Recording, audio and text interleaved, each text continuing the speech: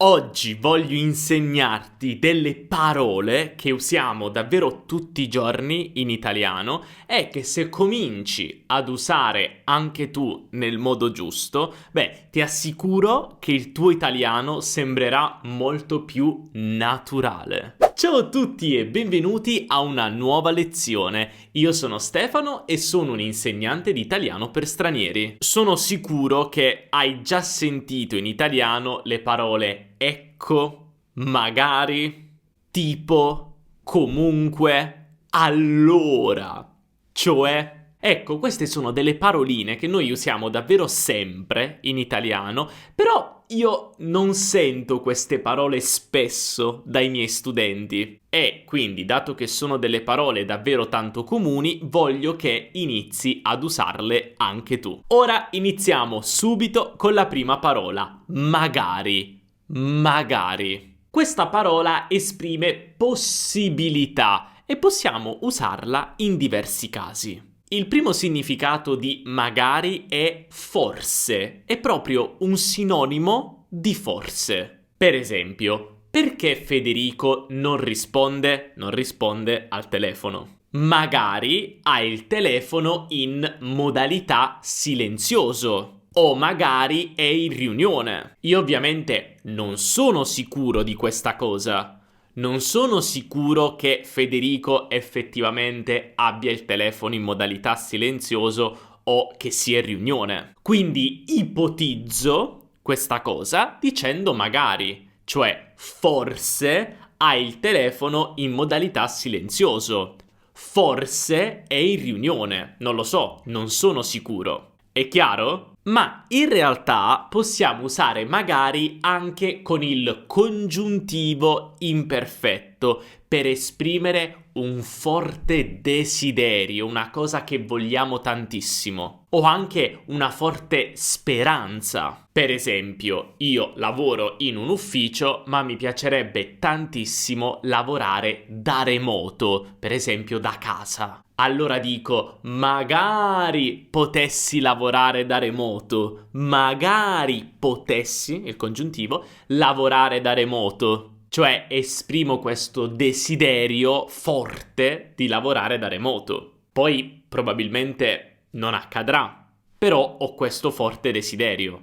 Possiamo usare magari anche da solo per rispondere a una cosa impossibile, una cosa che non succederà, che però vorremmo fare. E di solito lo usiamo anche un po' in modo ironico. Per esempio, vai in vacanza quest'anno? No, magari. Ho il cane e non so a chi lasciarlo. Quindi io vorrei andare in vacanza, ho il desiderio di andare in vacanza, magari, però non posso farlo perché ho un cane e non ho nessuno a cui lasciarlo. Oppure, hai finito di lavorare per oggi? Magari. Cioè, mi piacerebbe tanto questa cosa, cioè aver finito di lavorare, ma non è successa, ho ancora tantissimo lavoro da fare. Ora passiamo alla seconda parola, tipo. Però prima di passare a questa parola voglio dirti che abbiamo preparato per te un PDF fantastico con tutti gli appunti di questa lezione, ma troverai nel PDF, questa è una cosa molto importante, anche degli esercizi. Infatti tante volte sentire semplicemente la spiegazione non basta. È necessario fare anche degli esercizi così che puoi fissare meglio gli argomenti nella tua testa. E allora, come puoi vedere, questo è il PDF e poi qui in fondo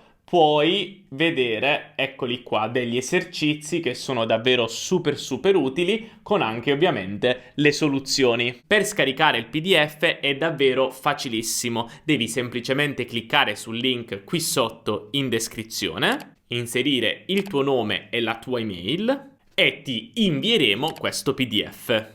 Perfetto, adesso possiamo passare alla parola tipo. Il primo uso di tipo è per dare un esempio, quindi un po' come la parola come. Per esempio, mi piacciono molto i dolci, tipo il tiramisù o la panna cotta. Cioè mi piacciono molto i dolci come il tiramisù o la panna cotta. Sto facendo un esempio, quindi io ti ho detto che mi piacciono i dolci. Ora ti faccio un esempio e ti dico quali dolci mi piacciono. Oppure, vorrei delle scarpe nuove, tipo quelle che hai tu. Cioè, come quelle che hai tu. Io vorrei delle scarpe come quelle che hai tu. Sto aggiungendo un'informazione, un esempio pratico per farti capire quali scarpe voglio. Il secondo uso è un uso un po' particolare ed è tipo come intercalare. Quando noi parliamo di intercalari, intendiamo tutte quelle parole che nel linguaggio parlato noi aggiungiamo, ma non hanno un vero significato. Quelle parole che aggiungiamo quando stiamo formando una frase per prenderci un po' di tempo. Guarda, ti ho preparato questo esempio. Ero lì tipo da mezz'ora e faceva un freddo che tipo non mi sentivo più le mani. Come vedi in questo caso, tipo, non ha davvero un significato. È semplicemente lì perché io sto formando la frase e sto pensando. Ero lì da quanto tempo? Mezz'ora. Ci devo pensare. E allora, per non stare in silenzio, aggiungo tipo, ecco perché intercalare, e riempio la frase. Hai capito come funziona? Sicuramente usare tipo troppe volte nella frase non è bello, perché può anche dimostrare un po' di insicurezza. Però potresti sentirlo molto spesso dagli italiani. E tu, che magari quando parli in italiano hai bisogno di pensare un po' di più, potresti provare ad aggiungerlo. Però comunque quello che voglio dirti è che non è necessario usare tipo in questo senso, però voglio dirti che puoi, insomma, sentirlo spesso dagli italiani e così adesso sai che non ha un vero significato quando è usato in questo modo. Ma tipo ha anche un altro significato. Infatti tipo può essere anche un aggettivo ed è usato per indicare un uomo generico o tipa per indicare una donna generica. Per esempio, l'hai visto quel tipo sotto casa? Sembra strano, cioè quell'uomo sotto casa. Oppure, non mi piace quella tipa, sembra antipatica, cioè non mi piace quella donna. E ora passiamo alla bellissima parola ecco. Ecco. Sicuramente se siete entrati in un bar in Italia avrete sentito la parola ecco. Per esempio, ecco il suo caffè, signore. Ecco il suo caffè, signore. Cioè io ti sto dando, o le sto dando in questo caso formale, il caffè. Oppure ecco lo scontrino. Ecco lo scontrino. Lo scontrino è quel pezzo di carta che si dà dopo che hai pagato. Quindi ecco lo scontrino, ti sto dando lo scontrino. Quindi ecco è una parola che si usa in italiano per indicare qualcosa che appare, qualcosa che si presenta davanti ai tuoi occhi. Prima quella cosa non c'era e poi puff, appare davanti ai tuoi occhi. Mettiamo il caso che non trovi più gli occhiali da vista, poi a un certo punto li trovi e dici ah, ecco gli occhiali, cioè gli occhiali sono apparsi, li ho trovati. Oppure sei a casa, stai cercando tra gli scaffali un libro, finalmente lo trovi e dici ah, ecco il libro che cercavo. Cioè finalmente ho trovato il libro che stavo cercando, il libro è apparso davanti ai miei occhi. Possiamo usare ecco anche con le persone. Per esempio, ecco Maria che arriva. Vediamo Maria che sta camminando verso di noi perché la stavamo aspettando e dico ah, ecco Maria che arriva. Oppure anche eccoti, ti stavo aspettando, eccoti. Quindi ecco e sto parlando di te. Infatti noi possiamo anche combinare la parola ecco con un pronome. Per esempio, se io dico ecco per me, cioè che io sono apparso davanti ai miei amici, per esempio, perché sono appena arrivato, dico eccomi, eccomi. O anche se per esempio qualcuno mi chiama, Stefano, dove sei? Eccomi, sono qui, capito? O per esempio, ecco il mio cellulare. Il mio cellulare posso usare lo, quindi eccolo. Oppure ecco Maria, eccola. Hai capito come funziona? Ecco poi anche un altro significato davvero molto molto utile. Infatti possiamo usare ecco, per esempio, anche per mostrare il motivo di qualcosa, di una spiegazione, per esempio. Per esempio, io e i miei amici abbiamo un appuntamento la sera, però io arrivo a questo appuntamento in ritardo. Appena arrivo all'appuntamento mi scuso con i miei amici e dico: ragazzi, scusate, mi dispiace, ma ho avuto problemi con la porta di casa perché non riuscivo a chiuderla, forse perché la chiave è difettosa. E poi dico: ecco perché sono arrivato in ritardo. Cioè, il motivo per cui sono arrivato in ritardo è che non riuscivo a chiudere la porta, quindi ecco il motivo. Hai capito? E ora passiamo ad un'altra parola che mi piace molto, la parola cioè. Però prima ti devo chiedere un piccolo favore, proprio piccolo, quello di mettere un bel mi piace a questo video se stai imparando cose nuove in italiano. Infatti, se tu lasci mi piace, YouTube capisce che questo è un video interessante e allora lo consiglierà ad altri studenti e studentesse come te. Quindi se vuoi aiutarci a far crescere sempre di più questo canale, non dimenticare di lasciare un bel mi piace ogni volta che guardi un video. Questa è davvero una cosa che ci aiuta tantissimo, quindi grazie mille. Torniamo a noi e parliamo della parola cioè.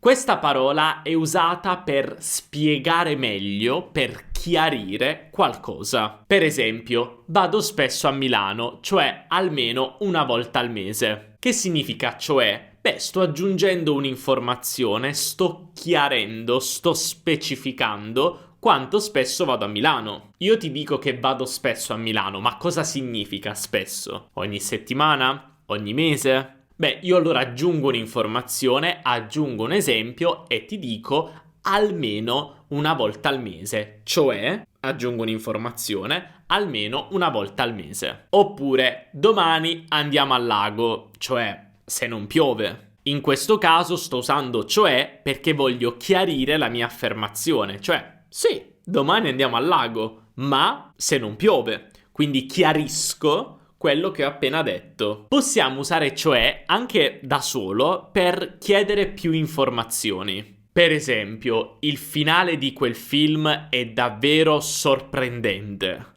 E io poi ti dico, cioè? In questo caso io ti sto chiedendo maggiori informazioni, maggiori spiegazioni. Perché è sorprendente per te? Perché hai usato la parola sorprendente? Spiegami meglio. E quindi, cioè? Cioè? In questo senso, cioè è davvero molto usato. Ma cioè, un po' come tipo, è usato tantissimo come intercalare. Per esempio, voglio dire, cioè, secondo me hai ragione. Anche vedi in questo caso, in questa frase, il cioè non ha nessun significato, ma lo usiamo perché sto un po' cambiando la frase, perché sto prendendo tempo. Qui è un po' come tipo, potrai sentire molto spesso cioè come intercalare, come riempitivo per riempire le frasi mentre stiamo pensando. E adesso passiamo alla bellissima parola allora, che io uso tantissimo. Infatti, allora lo puoi sentire molto spesso all'inizio delle frasi in italiano. Se guardi i miei video con attenzione, ti renderai conto che uso spessissimo allora all'inizio di una frase. Infatti possiamo usare allora proprio per iniziare un discorso, ma anche concludere, finire un discorso. Per esempio, abbiamo un team al lavoro che sta parlando, sta organizzando un progetto e poi qualcuno dice: allora, da dove iniziamo? E che significa allora? Beh, quindi. Dunque, da dove iniziamo? Oppure io sto organizzando un viaggio con i miei amici e dobbiamo decidere a che ora partire. E quindi dico, allora, a che ora partiamo? Quindi, come vedi, usiamo allora semplicemente per iniziare un discorso, anche per concluderlo, col significato di quindi, dunque. Ma allora può essere usato anche per esprimere una conseguenza. Per esempio, se non vuoi venire, allora vado da solo. Cioè, se tu non vuoi venire con me da una parte, in un luogo, qual è la conseguenza? Beh, la conseguenza è che io comunque vado, ma da solo. Quindi se non vuoi venire, allora di conseguenza vado da solo. Hai capito? E ora passiamo all'ultima parola di oggi, la parola comunque. Comunque. La parola comunque significa in ogni caso e ha diversi significati in base al contesto. Per esempio, piove, ma comunque usciamo, cioè anche se piove, noi usciamo. In ogni caso, usciamo. Qui usiamo comunque per introdurre un'opposizione, un'idea contrastante, perché se piove, generalmente stai a casa, ma io specifico che anche se piove, noi comunque usciamo. In ogni caso, usciamo. Oppure, anche se hanno perso la partita, comunque hanno giocato bene. Generalmente se tu perdi a una partita non hai giocato bene, però io qui sto esprimendo un contrasto, un'idea opposta, cioè è vero che hanno perso la partita ma comunque hanno giocato bene. In ogni caso hanno giocato bene. Comunque può essere usato anche per concludere un discorso. Io parlo a lungo di una cosa di lavoro con Gaia e poi dico comunque, ne riparliamo domani. Cioè, concludiamo il discorso, poi domani ne riparliamo. Comunque ne riparliamo domani. Un altro uso molto utile di comunque, che ti consiglio, perché è davvero un uso molto comune, è per tornare all'argomento principale. Per esempio, io e te stiamo parlando del tuo prossimo viaggio in Italia. Poi però tu menzioni il fatto che tua sorella è stata in vacanza in Germania e iniziamo a parlare della Germania. E allora io poi dico, no, aspetta, dobbiamo tornare al discorso principale, al tuo viaggio in Italia. E quindi dico, comunque, torniamo al tuo viaggio in Italia. Quindi uso comunque per cambiare argomento e tornare all'argomento principale, all'argomento più importante, quello di prima. Hai capito? Quindi, comunque, torniamo al tuo viaggio in Italia. E per finire usiamo comunque, questo è un caso molto particolare, con il congiuntivo, per sottolineare che qualcosa è vero o avverrà in ogni caso, indipendentemente dalle circostanze. Per esempio, comunque vada, sarà un successo. Domani, per esempio, lanciamo un corso e dico comunque vada, sarà un successo. Cioè non importa se questo corso lo comprano 10 persone o 100 persone. In ogni caso sarà un successo, indipendentemente dalle circostanze. Oppure, comunque sia, ci vediamo domani. Cioè ci vediamo domani a prescindere dalle circostanze. Cioè magari domani piove, nevica, grandina. Comunque noi ci vediamo, è sicuro questo. Questo è davvero un uso molto particolare. Lo conoscevi? Magari me lo puoi scrivere nei commenti se hai mai sentito soprattutto la frase comunque vada, proprio dire comunque vada sarà un successo, è davvero una frase molto comune in italiano. Abbiamo finito con le parole di oggi, però attenzione, ora è arrivato il momento di fare gli esercizi, così potrai fissare tutto quello che hai visto in questa lezione nella tua testa. Quindi scarichi il PDF cliccando sul link qui sotto in descrizione o anche sul primo commento nella sezione commenti. E se questo video ti ha aiutato con il tuo italiano, non dimenticare di lasciare un bel mi piace, questo ci aiuta tantissimo. E non dimenticare anche di iscriverti al canale e attivare la campanellina per non perdere nessun video futuro. Noi ci vediamo nella prossima lezione. Un abbraccio dall'Italia. Ciao!